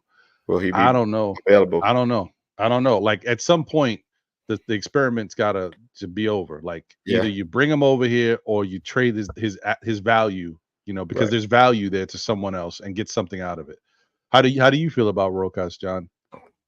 Yeah, there's value in the pick. It's just, is he going to project to come, and be available to come into the States? Again, a lot of these guys, they do it to be eligible to play in the United States. Doesn't necessarily mean that they're coming anytime soon. So they enter the draft, they get chosen, and then you stash them, for, an opportunity later he's supposed to be one of the youngest guys, next to Luka, right? Doncic to have played for that team. So. Yeah. And so the thing with him, we don't know what Rokas thinks about his game and his mentality. You know what I mean? Because there was a point where Rokas didn't want to come over here. It was twofold. One, he said he wanted to work on his game, but also he didn't want to come here to be guy behind certain people. somebody. Yeah. But you come here, you behind Brunson. There's no doubt about it. So maybe he's a little bit more understanding of that now that he's had more time playing, because his numbers are good, but they're not like phenomenal. So he's not like the next best thing. So maybe he understands his game a little better and is a little bit more humble.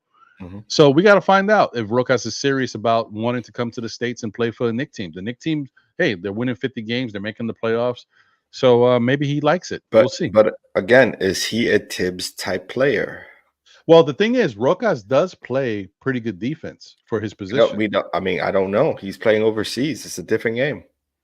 It's true. It's a different game. True. You know, they play from what I understand, they play a tougher game out there where they play a little bit more hands-on. Here in the NBA, a lot of that is going to pass. So that's why I think that he might fit Tibbs' system, because, you know, I think they would have got rid of his rights a long time ago. We've held on to his rights for a few years now. It's a money thing. Okay. Could be too. It's more of it's money and it's business and it's all the other things that go along with it. Because at the end of the day, he's been on our shelf for what, 4 years, 3 years, 3.5, 3 years, 3 years. Yeah. So, 3. Well, you want to say 3.5? Yeah. Right. Shout out to Marvin's perspective from the other side. What's good, brother? Hope you're doing well. He said, what's going on, Ron, John, Knicks family? If the Knicks could sign their players, Anobi, Randle, and Big Mitch, and stay healthy, they would be dangerous. Yeah, well, if all those guys were healthy, yeah. Jay from PR said, Jaren, I don't like him. I'll be honest with you. You don't like Jaren Jackson? Nah, I don't like a big man that don't rebound. I don't like. Oh, yeah, well, that is true. But I mean, he's a really solid defensive player. He's look. If I'm not saying I wouldn't do it, I'm just saying he wouldn't be my first choice. But if the Knicks wound up with that, yeah, why not? He could stretch the floor. I don't. He gives them versatility, and he plays good defense. I don't see Memphis getting rid of him. They need. Yeah, I think they need him. I think they need him. Right. Alfred Griffin said, what about Kai Jones? To me, it's just a no, just because of mentality. I don't know where he's at. I don't know if he fits the culture of this current Knicks team. Does he have a lot of talent? Yes.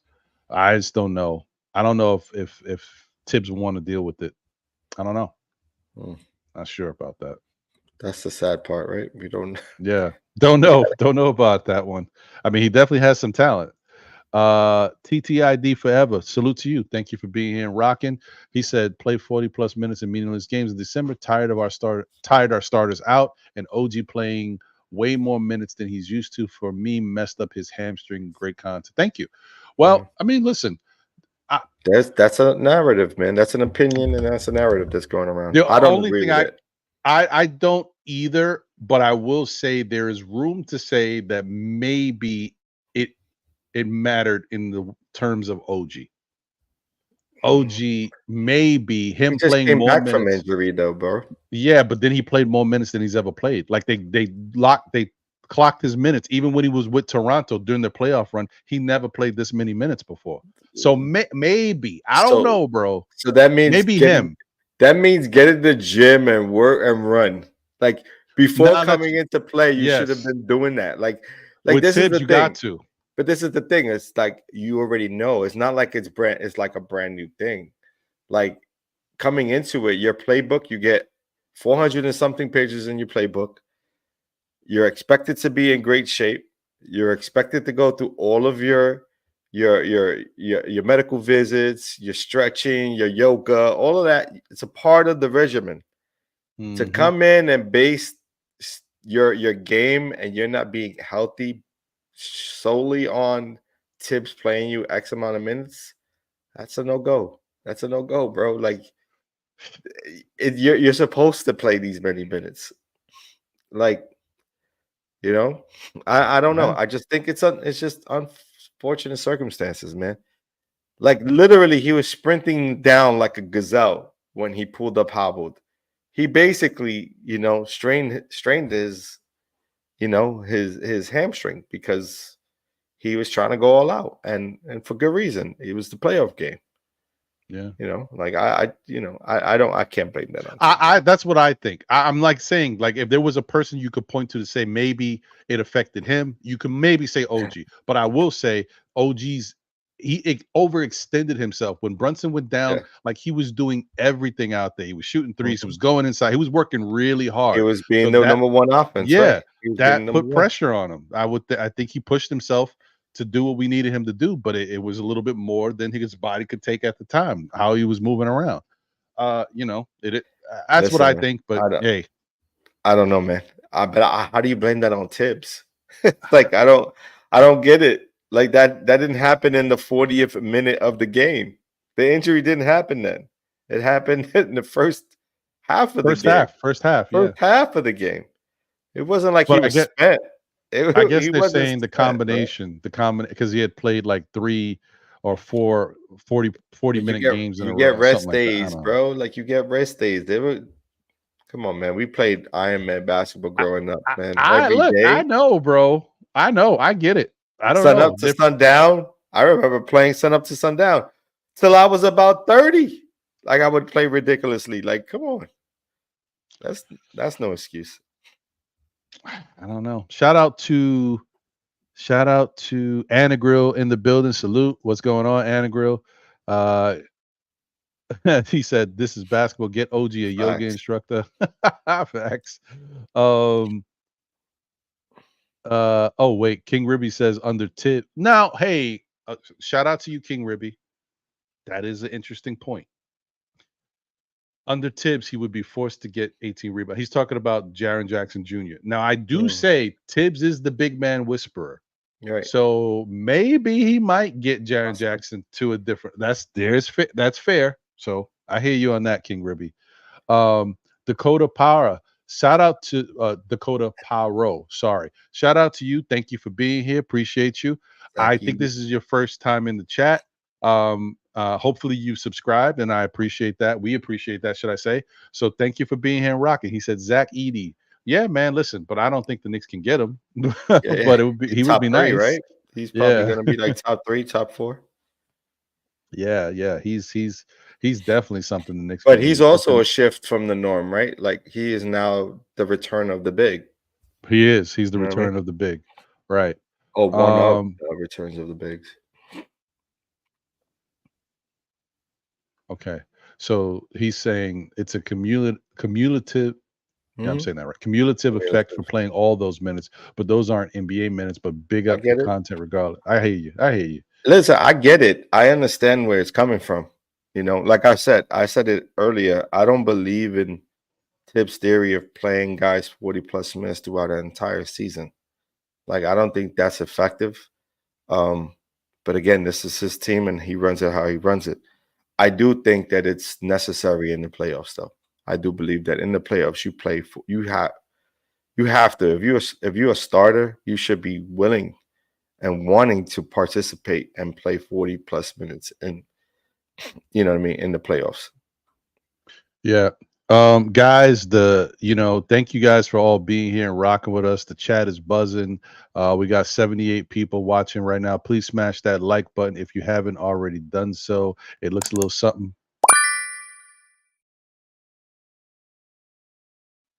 like that.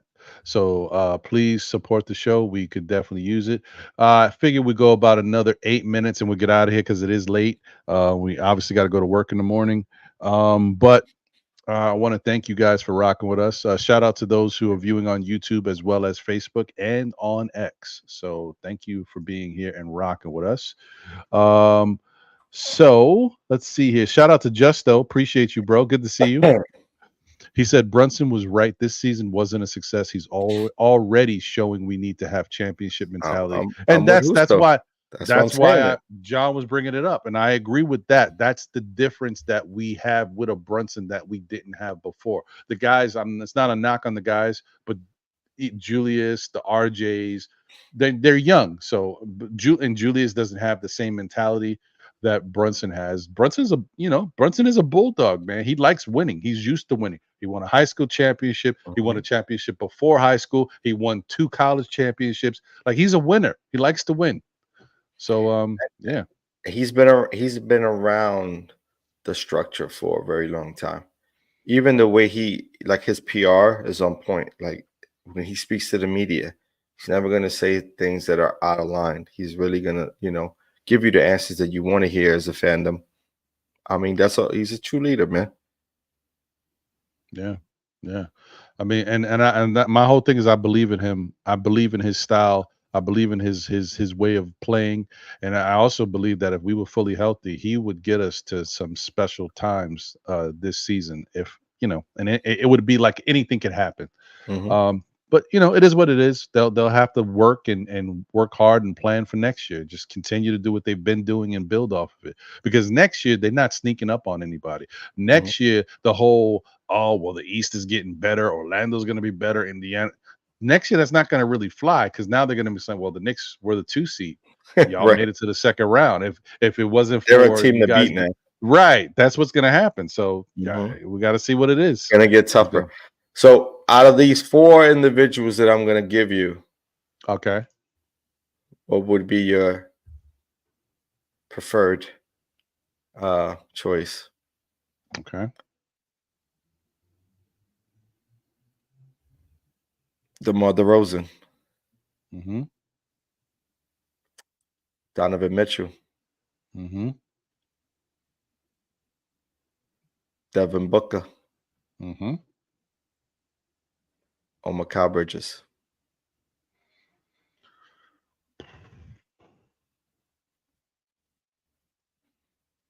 Sheesh. Who are That's you tough. leaning? Who would you lean more towards? That's tough, man. If all 4, well, I think DeRozan is on a last year contract, but if the other 3 were to say, "Hey, I'm bowing out," right? They give us the Harden treat. They give their teams the Harden treatment. Honestly, I mean, people are gonna be like, "Really? Yeah, really." I don't know, guys. I would probably say Donovan Mitchell. Mhm. I just think that Donovan's been getting a bad rap because he hasn't necessarily taken his team to the next level. But I look at it like his teams may not have been built around him that well. Like the Utah teams, that's different. Utah probably tried their best to build a good, solid team around him. They might have been missing a piece or two, but they put together some good. Those Utah teams got busy, and when they really had a chance to do something special, they got knocked out by the Dallas Mavericks and Jalen Brunson. So shout out to Jalen Brunson once again. Right, then he goes to Cleveland. And those bigs, we saw them bigs that they had over there are soft. They definitely didn't step up. We exposed them, right? And so that's 1 year. You could say, okay, they'll come back next year. They'll put some other pieces around, and we'll go from there, which is what they did.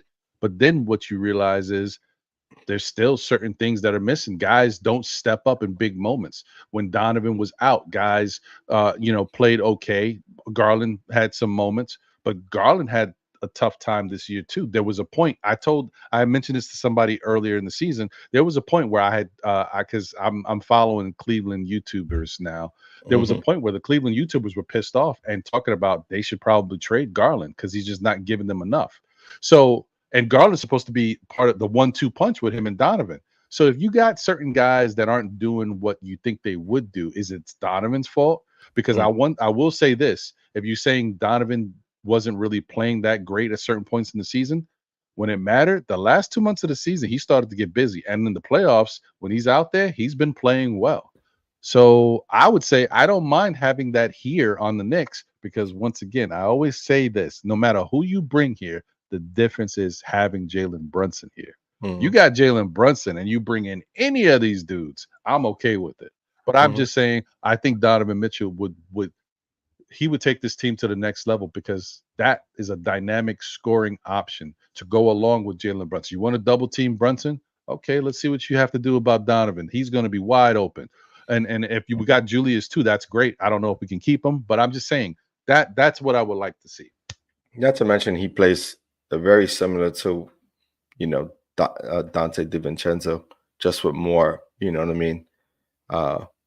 He's got more firepower. He's, he's obviously a more dynamic scorer, both inside and out.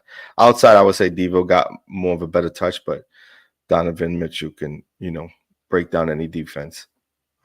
Right. But similar game, he can throw it on anybody. So I like that. Yeah, man, that's gonna be tough, man, because these are the names that we're gonna hear all season.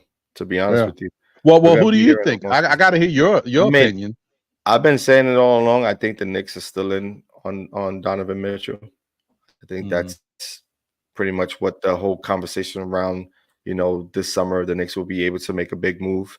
And if it isn't Donovan Mitchell, then it's definitely the ties with Devin Booker and CAA and whatever may be happening in Phoenix, whether they're gonna blow it up or not. There's still conversations to be had around that. But I think any one of them is going to be it's going to cost the Knicks a ton. You damn near say all of the draft picks are going to be gone. And some future round picks as well, and maybe a player or two. That wouldn't surprise me. Right. But I think if they're going to get something done, again, all signs say, and what they've been talking about, it's going to happen this summer. So expect these names to be up again, and Yeah. like you heard, the word in the street is that Brooklyn's willing to part ways with Mikal Bridges, and so, it has begun. It has begun. So, Yeah. we'll see. We'll see. We'll see. DeMar's a free agent, right? He'll be a free agent. Yeah, I think DeMar's a free agent. Yeah. Yeah. So like that's an option that won't cost you anything, to be honest with you. And it's not a bad one, to be honest. Like, to partner him up with, I think him and Randle are pretty cool, right? I think they've had a good relationship over the years. So partner him up, and he's also in his aging years in the NBA. I'm sure he still sees himself as a starter, but he's limited because of what he can do defensively. I was gonna say that. Yeah. But on the offensive side, he's still like a mid-range king. You know what I mean? Like it's not a shot he can't get off in the mid-range. So, something you lack. Shout out to Jay from PR. He says the Knicks don't have cap space. No, they don't. So whatever they did, if they wanted to get they have to do is be like a sign and trade. They have to figure out a way to finagle it. So two things I wanted to say real quick before we get out of here. The Devin Booker thing. Listen, if Devin Booker came to the Knicks, I'm not going to be really mad about it. My whole thing that I look at with Devin Booker is, Devin Booker defense. Yeah, and he came from a team that is basically his team with Kevin Durant and Bradley Beal, and they didn't look good over there. So I don't know. I don't know about how he can make the Knicks better when he has to play with other guys that are going to command the ball. If Julius Randle's going to still be here, he's going to command the ball.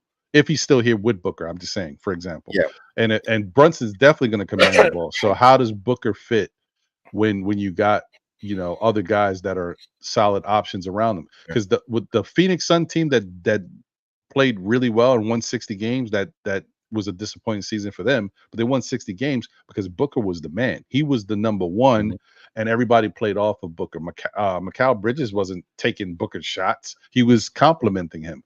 We already know the big man, whatever his name is, Ayton wasn't taking Booker's shots. Like they didn't even use him right. And I was pissed off about that. We talked about that.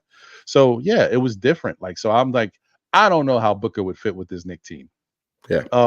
And then the other thing I was going to say about the narrative of things change, guys. The NBA is a fluid situation, right? You worried about, but the Knicks play solid team defense as a unit. You worried about Donovan and Brunson both out there playing defense. Who are they guarding? Who are they stopping? I got it. Who's stopping them? That's what I want to say.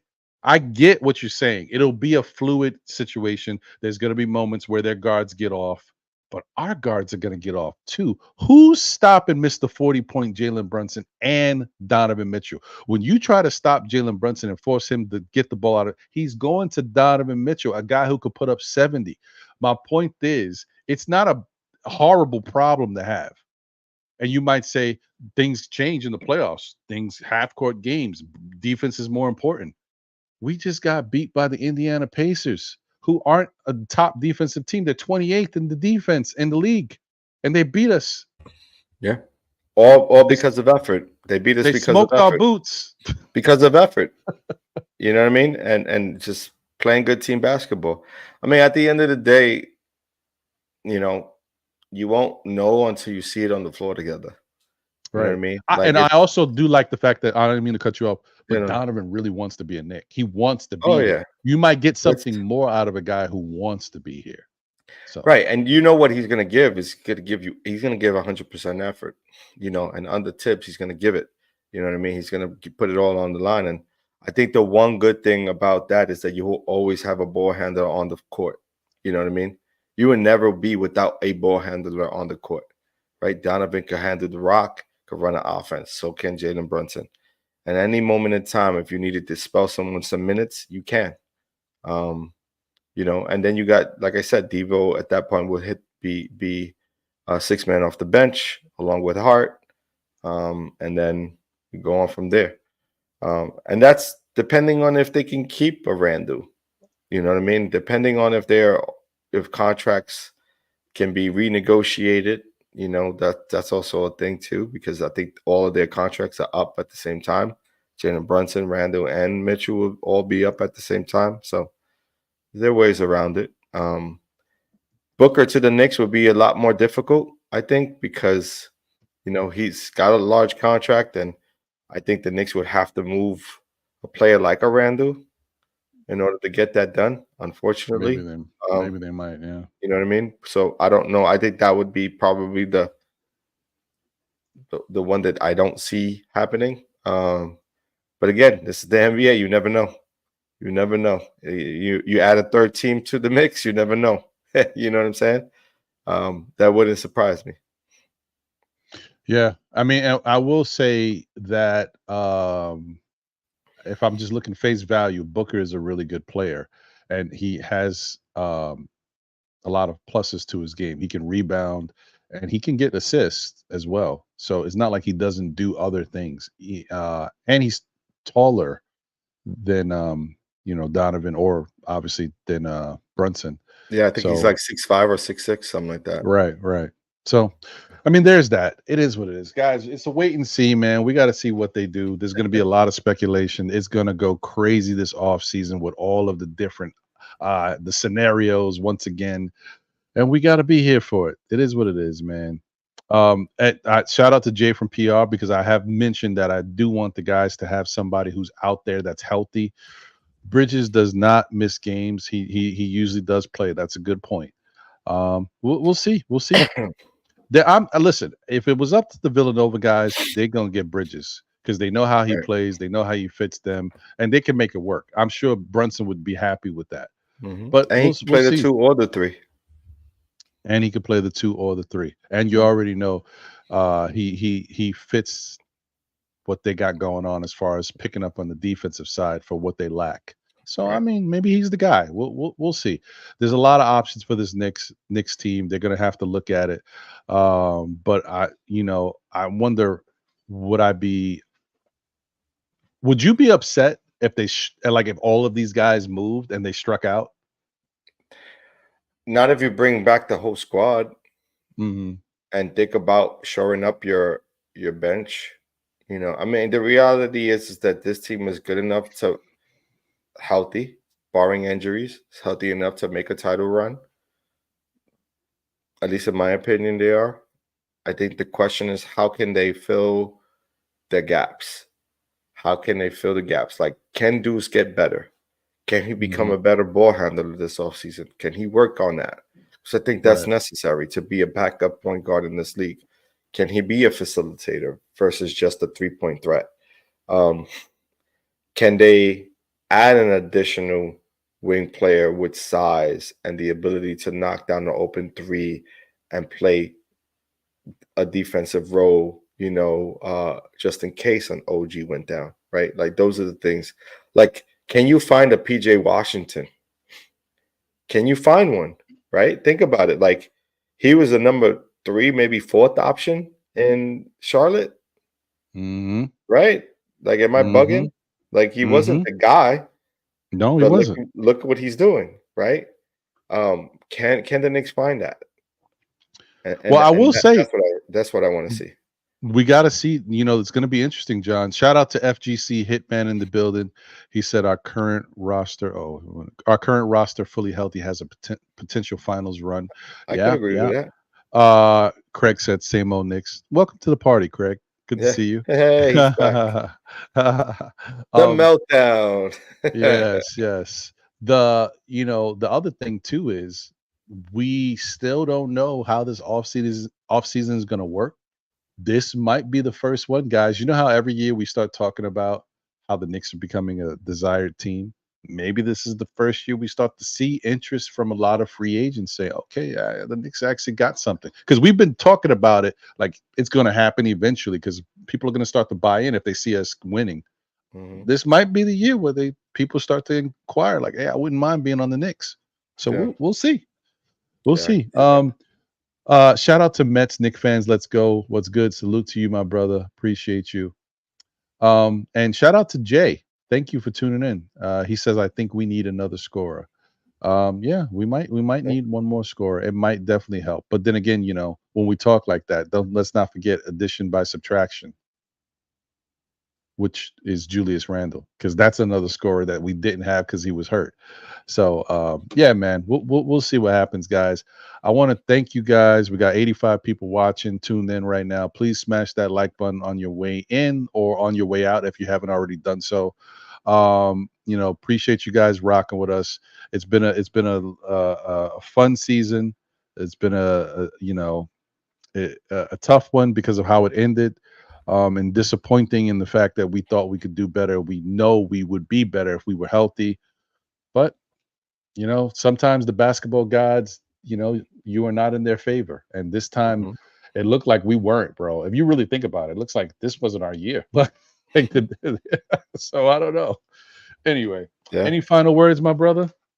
Hey, man, I know we couldn't get to this postseason, and that's all we needed. But that's the way the ball bounces sometimes. It's always great to hang out with you, my brother. And so I'm looking forward to the next one, man. Everybody out there, stay safe, stay healthy, and catch you on the next one. Sounds good, man. Sounds good. Shout out to Keyshawn. I don't even know if I said what's up to you, bro. I saw your name and I'm like looking at you, but I'm thinking I already said what's up. But shout out to you, my brother. I hope you're doing well. Shout out to my guy, Quiet Money in the building. Salute to you, bro. Do you think we keep Bogdan? Yeah, I think he's under contract for another year. So unless we can move him in a trade, I don't think he's going in. I think they'll be there. Like the Knicks are happy with him. He's a player like he can help us, but if we can use him in a trade, we're going to use him. So I think, yeah, we'll see. The only one who's not on the contract would be Burks, right? It's Burks. Yeah, Burks is out of here. Although and he had an amazing end to his season. So there's value. He'll find value. Like, you know what I mean? He made it work. Burks is like texting Tibbs. You see what I did in the last couple of games, right? You see me. You see me. You know what I'm saying?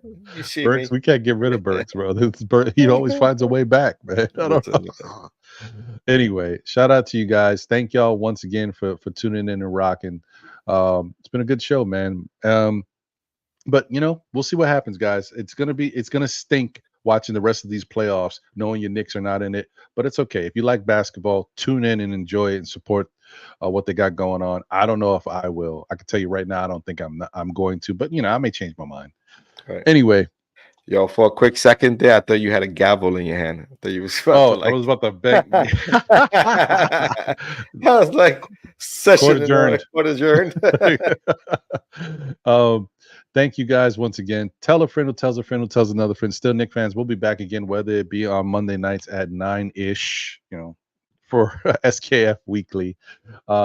Sometime during the week for the NBA wrap up and the wrap up if we get into some hip hop talk as well. And then, Saturdays at 11:30 for Know the Ledge, where I am going to be talking people off the ledge, definitely now that the Knicks are out of it, for a little while. So I'm going to catch up on my therapy reading. Oh, yeah. Yes. That's what I'll say. Therapies, I'm going to catch up on all that. Anyway, man, we'll catch you guys on the next one. Thank you guys for being here. FGC Hitman said it's Knicks or nothing. That's right. That's right. All heart, no quit, guys. They showed it to us all the time, the best they could. The last couple games, maybe not as much as we would have liked, but for most part, throughout the playoffs and the season, this is who they are. This is what they showed us. Let's continue to respect our team, man, because that's what we love about them. Yeah, and Craig, that's foul, bro. He stomped on Brunson's jersey. Yeah, poor Pierce. And then we wonder why you go out there, you be out there in them streets and getting stabbed and all of that. You wonder. Somebody talked me off the ledge about him. It's called karma. That's what it's called. It's called karma. So keep stomping on that jersy. See if somebody won't, jig you real quick again. Keep showing us who you really are. Second time.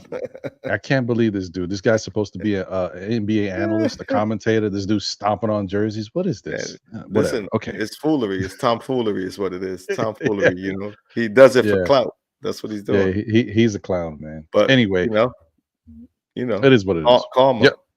Yeah, no, it comes back to you, man. You got to watch that. Don't play around with stuff, man. You never know. You get poked. It's like, hello. Anyway. All right, guys. We'll catch you on the next one. Take care. Have a good night. Latest.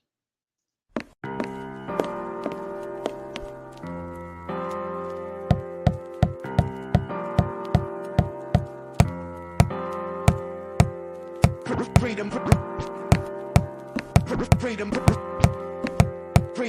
over fame. Freedom over cycle stays the same.